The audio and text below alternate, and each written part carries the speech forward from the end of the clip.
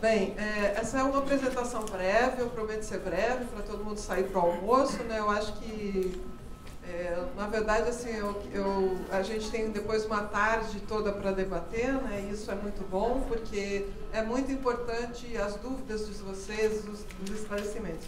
Essa minha apresentação é só para mostrar um pouquinho deste relatório, que é o relatório conciso de gênero, elaborado pelo grupo de monitoramento da educação da Unesco, né, apoiado pela Unesco, é um grupo externo à Unesco, mas ele é apoiado pela Unesco, ele trabalha todo o monitoramento do ODS 4, né, que é o ODS de educação, e esse relatório é específico para gênero, né, já é o segundo desde a implementação dos Objetivos de Desenvolvimento Sustentável das Nações Unidas, e é um relatório que foi lançado agora, dia 8 de março, mundialmente, e em português, essa versão em português foi lançada agora dia 19, último, então eu resolvi trazer aqui para vocês, tem exemplares para todo mundo, e vou apresentar um pouquinho para vocês esse relatório. Bem, a maioria de vocês já deve conhecer, né? Nós temos os Objetivos de Desenvolvimento Sustentável, né? Que os países foram signatários, o Brasil firmou esse compromisso internacional, né? Nesses Objetivos de Desenvolvimento Sustentável, gênero é uma questão assim, extremamente importante. Nós temos um objetivo exclusivo para gênero, que é o Objetivo 5, mas dentro do Objetivo 4, que é o de educação, também há um destaque para a questão de gênero na educação e que faz parte de tudo isso que nós estamos debatendo durante essa manhã toda, tá? Então, é muito importante. Então, para nós alcançarmos uma educação inclusiva, equitativa, de qualidade ao longo da vida, que é o nosso objetivo de desenvolvimento 4, nós precisamos trabalhar toda a questão relacionada a gênero, né? E nós não alcançaremos os outros ODS se nós não tivermos uma educação inclusiva e de qualidade. Então, a educação também ela é crucial para alcançarmos todos os outros objetivos de desenvolvimento sustentável.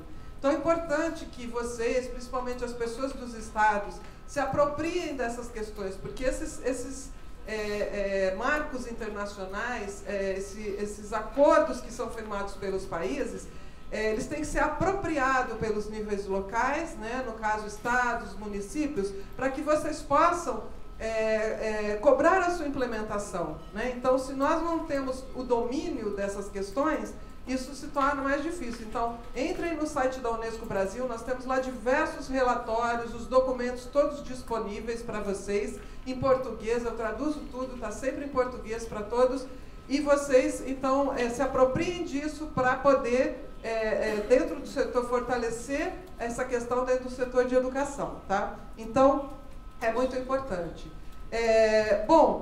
Para monitorar, então, esse progresso da igualdade de gênero da educação, não é suficiente olhar apenas para os números de meninos e meninas na escola, né? Então, também precisamos olhar para as questões relacionadas a... Não pega, né? Na TV.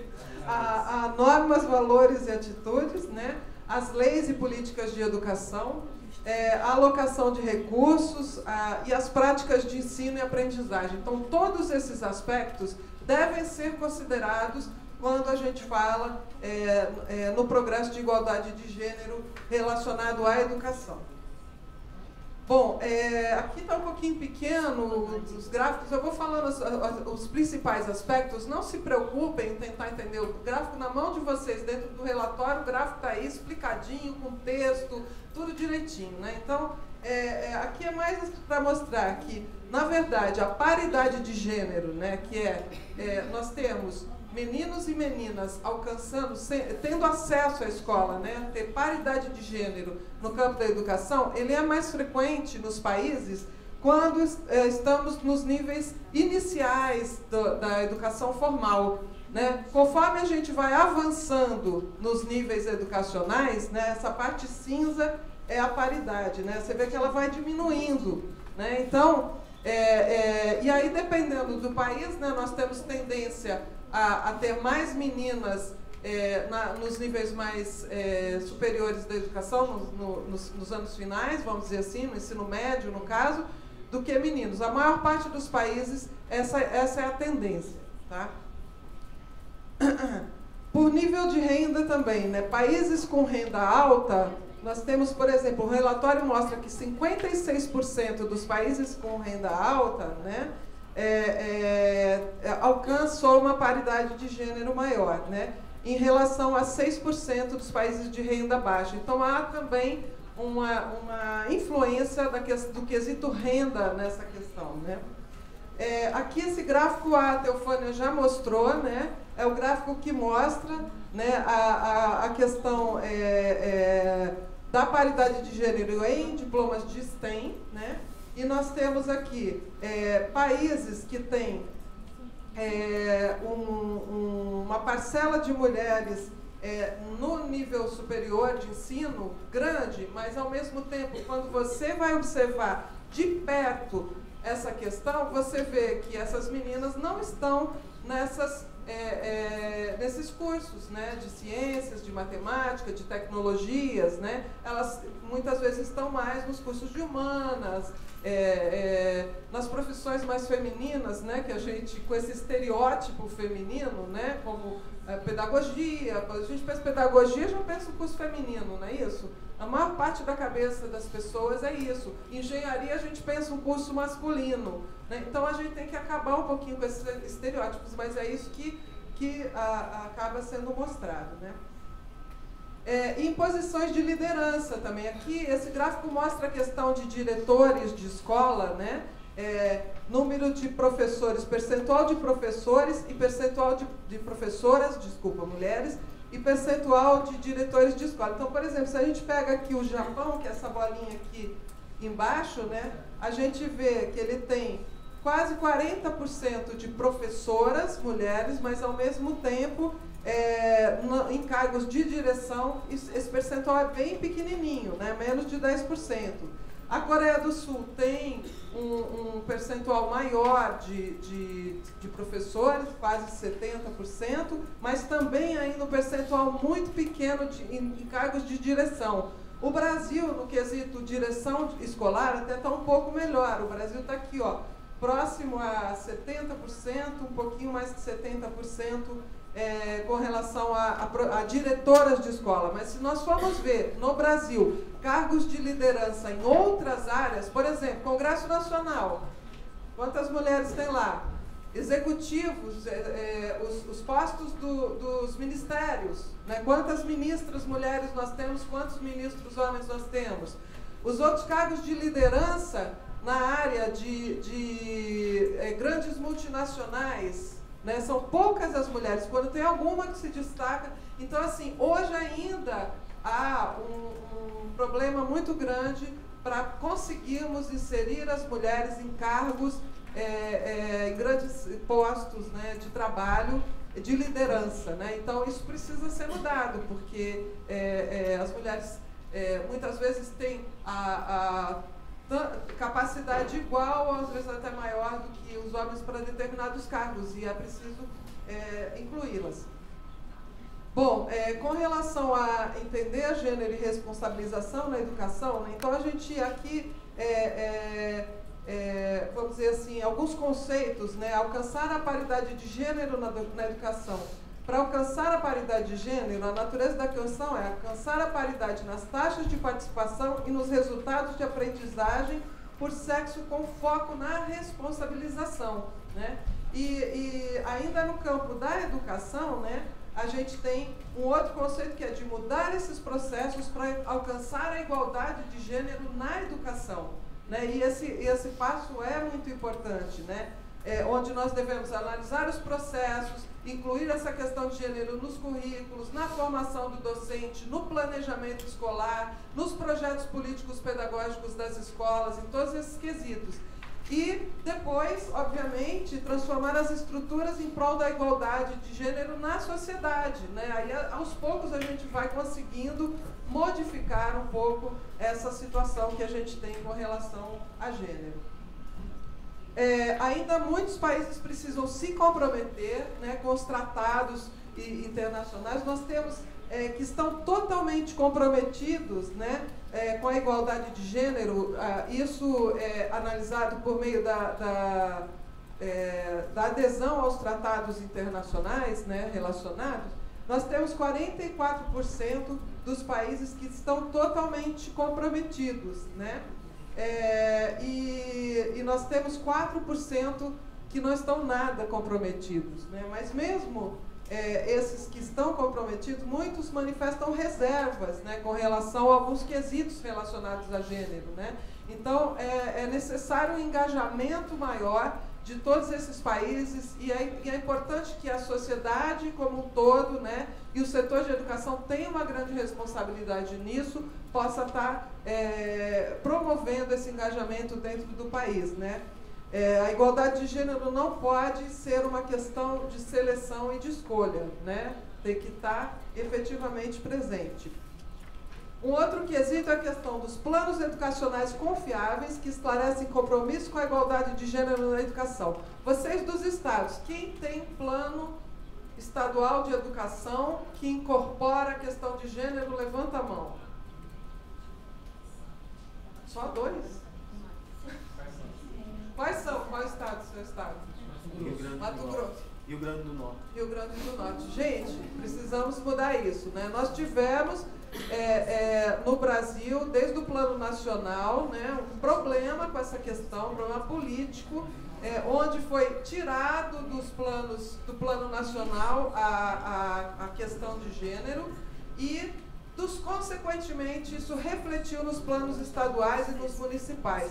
Então é importante a gente resgatar, porque as evidências, Teofânia mostrou aqui várias evidências com relação à necessidade de trabalhar as meninas, de trabalhar a questão de gênero, de trabalhar as meninas no STEM. Se isso não está nos planos de educação, como que nós vamos trabalhar? Se nós não planejamos que vamos trabalhar essas questões no nosso plano, o plano significa orçamento. Como alguém já colocou aqui, né, a colega que apresentou, eu não tenho dinheiro para fazer isso. Plano significa orçamento. Se eu planejo e coloco recurso. E eu preciso colocar recurso nessa questão, né, também. Então, é preciso planejar, é preciso incluir nos planos. Se não está no plano estadual, vamos colocar nos projetos das escolas, nos planos políticos pedagógicos das escolas, porque é bastante importante, né? Bom, então isso porque assim, o ODS 4, né, e a implementação dos ODS, eles têm que se refletir no nível de país nos planos, no caso da educação, no plano de educação. Bom, então é necessário uma perspectiva de gênero em todos os níveis da política e do ciclo de planejamento. Então, no planejamento e na elaboração de políticas, temos que pensar isso, temos que pensar em inclusão da questão de trabalhar essa questão de gênero. Nos orçamentos, precisamos de recurso para trabalhar isso. Não é possível trabalhar sem recurso, então tem que ser inserido. Na implementação e revisão, né, no caso das diversas partes interessadas, do progresso, da avaliação, do monitoramento, é preciso também incluir. E para divulgação dos resultados. Então, o Brasil, muitas vezes, ele divulga resultados de educação, mas não desagregado por gênero, não trabalha as diferenças existentes. E a gente precisa desses dados, a gente precisa entender a realidade para poder agir, né? Então, por exemplo, é importante eu saber, por exemplo, que vai mais meninas para o ensino médio do que meninos, que os meninos abandonam antes. É importante eu ter essa dimensão do que é importante eu saber que as meninas não estão indo para a STEM, né? Por diversas maneiras, mas eu preciso conhecer os dados, ter as evidências para poder trabalhar melhor. Garantir a igualdade no acesso à educação requer investimento do governo em escolas e famílias, né? Então, isso é bastante importante, é uma questão de dignidade, né? E para ter esse mínimo de dignidade, né, então a gente deve incluir as questões de gênero nos processos, nos regulamentos, nos planos, fazer a supervisão, no caso, incluir as questões de gênero nas supervisões escolares, né? acompanhar, como colocou o colega do Chile, eu adorei conhecer a sua experiência, muito boa, que na própria avaliação dos professores, porque a avaliação, gente, o Brasil não faz, infelizmente, avaliação de professores, né? Eu acho que é importante ter avaliação de professores. Alguns estados já estão tendo a iniciativa no Brasil de fazer, mas a maioria não faz. Mas é importante, por quê? Porque deve ser uma avaliação construtiva para observar quais são os problemas e tentar corrigi-los, né, daqui para frente. Então, eles estão observando lá no Chile, por exemplo, se o professor tem uma abordagem, se ele tem algum estereótipo, isso vai ser corrigido numa formação. Então, é importante conhecer, né? A questão da educação abrangente em sexualidade também é muito importante. Nós temos, né, políticas de apoio à educação em sexualidade e que também contemplem a questão de gênero nessas políticas. Aqui no Brasil, né, aqui fala, pobreza e normas relativas a gênero exercem influência em desvantagem dos meninos na educação. Quando a renda de uma família pobre cai, de repente, as famílias podem reagir retirando o menino da escola secundária para que ele possa ganhar dinheiro. Isso acontece muito aqui no Brasil. Eu deixei esse slide justamente por isso. A gente tem um abandono escolar, muitas vezes, dos meninos para irem para o trabalho, por necessidade das famílias, e das meninas, a gente tem um abandono para que elas cuidem dos irmãos mais novos em casa. Então, elas deixam de ir à escola para cuidar da casa, dos afazeres de casa e dos irmãos mais novos. Estou falando mentira? Não estou. É isso. Então, assim, o Brasil tem esse problema, né? E nós precisamos enfrentar isso. Então, entender por que os meninos saem da escola e não prosseguem, e vamos agir naquele motivo. Por que as meninas estão saindo da escola e vamos agir? Tem diferenças, né? Nós precisamos entender. Uma outra coisa que o relatório global de monitoramento da educação, que não é específico para gênero, ele trouxe essa questão da responsabilização na educação. É muito interessante, vocês podem pegar na nossa página, tá? É muito interessante esse relatório.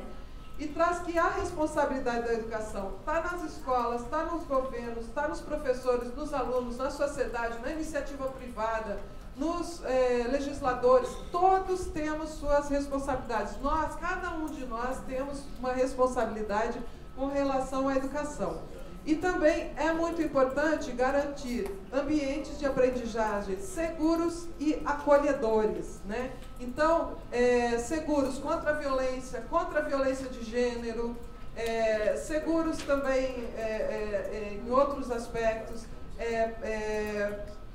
e acolhedores. Então, por exemplo, hoje, né, vamos fazer uma reflexão. Como é que nós acolhemos as meninas que engravidam no nosso ensino médio no Brasil? Será que as escolas estão preparadas? Será que elas acolhem as meninas grávidas? Não, muitas vezes não. Eu conheço casos de meninas que moravam na rua da escola, na casa em frente, e elas não conseguiam atravessar a rua da escola para ir amamentar o seu filho durante o período escolar, porque o porteiro não abria a porta. Né? Então, existe isso. Então, o que acontece? A escola, ela não está facilitando. O que vai acontecer com aquela menina? Eu não posso dar de mamar para o meu filho? O que eu vou fazer? Eu vou na escola ou vou deixar meu filho com fome? Eu vou dar de mamar para o meu filho. Eu não vou mais para a escola, porque não me deixam sair. Então, essa é a nossa realidade. Então, a gente tem que mudar isso. A escola tem que ser acolhedora. Que os nossos jovens engravidam. Se não é o objetivo deles engravidar, temos que fazer educação e sexualidade para que eles não engravidem, né? Mas se engravidaram, temos que acolhê-los e arrumar uma forma deles poderem continuar na escola e, ao mesmo tempo, poder ter sua responsabilidade de mãe ou de pai, né? Então, é muito importante pensarmos nesses ambientes seguros da escola, né? Questão do bullying também, da violência contra a mulher, né? Dos professores estarem formados, atentos para essas questões, para a resolução de conflito. Às vezes vem uma menina ou um menino que tem uma violência doméstica contra a mulher na sua casa. Então, é possível a escola poder dar apoio para essa questão. Então, é importante a gente estar observando isso. E violência doméstica é muito forte aqui no Brasil também, principalmente violência contra a mulher também é muito forte. A gente tem que parar com essa visão de que o Brasil não é um país que tem esse tipo de problema. O Brasil tem esse tipo de problema e a gente precisa enfrentar. Para finalizar aqui, então, um outro ponto que o relatório traz é a questão de ter livros didáticos imparciais, né? Então, precisamos observar, estar atentos a essa questão dos livros, né? E métodos de ensino sensíveis, né, a gênero. Então, é importante fazermos tudo isso, ademais da formação dos docentes, né?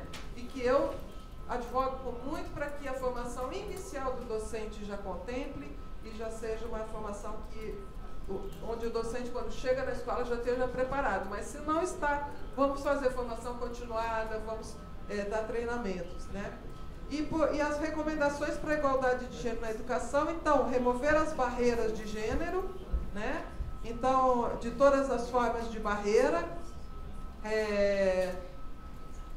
quaisquer barreiras que existam, né? Aqui está falando de uma maneira geral, como, por exemplo, porque aqui fala para vários países, de leis que discriminam ou excluem grávidas da escola, porque existe países onde tem leis que excluem grávidas da escola. Incutir toda a reforma escolar, incluindo código de conduta de professores, etc. Mas, no nosso caso, a gente tem que observar o que é necessário fazer para identificar e remover essas barreiras, tá? E exigir a responsabilização pela desigualdade de gênero na educação, né? Então, como eu já falei, dos governos, o governo é o principal responsável pela garantia ao direito à educação. É um direito, gente, é um direito à educação de todos, independente de se é homem, se é mulher, se é grávida, se não é grávida, é um direito.